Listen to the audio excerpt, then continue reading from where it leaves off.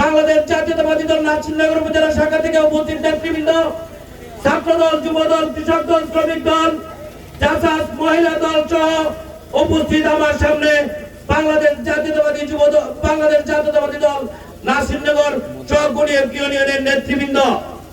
ভাইয়ের আমার, আজকে নাসিরনগর উপজেলার জননন্দিত নেতা জনাব অ্যাডভোকেট এম কামরুজ্জামান মামুন ভাই তারেক রহমানের 23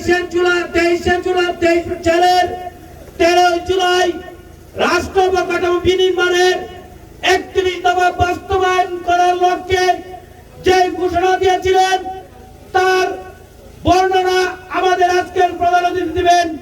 আমি শুধু একটি কথাই বলতে চাই, বাংলাদেশ জাতীয়তাবাদী দল তার অঙ্গ সহযোগী সংগঠন গত 17টি বছর দেশ নায়ক তারেক রহমানের নির্দেশনা পালনে যে ভূমিকা পালন করেছে, জীবন দিয়েছে, আহত হয়েছে, নিহত হয়েছে, সবার প্রতি শ্রদ্ধা জানিয়ে বিদায় নিলাম।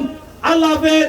বাংলাদেশ জিন্দাবাদ, জাতীয়তাবাদী যুব দল জিন্দাবাদ, অ্যাডভোকেট এম কামরুজ্জামান মামুন ভাই জিন্দাবাদ, তারেক রহমান জিন্দাবাদ, দেশনেত্রী বেগম খালেদা জিয়া জিন্দাবাদ, শহীদ প্রেসিডেন্ট জিয়াউর রহমান অমর হোক, অমর হোক।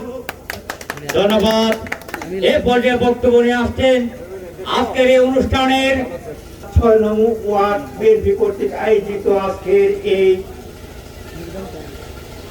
সমাবেশের সম্মানিত সভাপতি, প্রধান অতিথি, অতিথিবৃন্দ, উপস্থিত সুধীমণ্ডলী, আসসালামু আলাইকুম। সংগ্রামী বন্ধুরা আমার, আপনারা জানেন আগামী কিছুদিনের মধ্যেই জাতীয় সংসদ নির্বাচনের তারিখ ঘোষিত হবে। তত্ত্বাবধায়ক সরকারের অধীনে আমরা বিএনপি 16-17 বছর যাবৎ এই নির্বাচনের জন্য অপেক্ষমান ছিলাম। দীর্ঘদিন আন্দোলন করেছি, সংগ্রাম করেছি। আলহামদুলিল্লাহ সামনে একটা শুভ দিন আসছে। সেই হিসাবে আমাদের মনোনীত প্রার্থী, যিনি 91 সাল থেকে 91তে নমিনেশন পেয়েছিলেন, সেই সময় থেকে নাসিরনগরের আনাচে কানাচে ঘরে ঘরে যার পদার্পণ হয়েছে। আমরা যারা নাসিরনগরের মানুষ সবাই মামুন ভাইকে এক নামে চিনি, একভাবে চিনি। মামুন ভাইয়ের গুণ কীর্তন গাওন মানে মামার বাড়ির গপ মার কাছে বলা।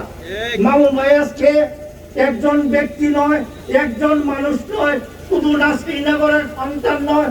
মামুন ভাই আজকে একটা প্রতিষ্ঠান, একটা ইনস্টিটিউশন।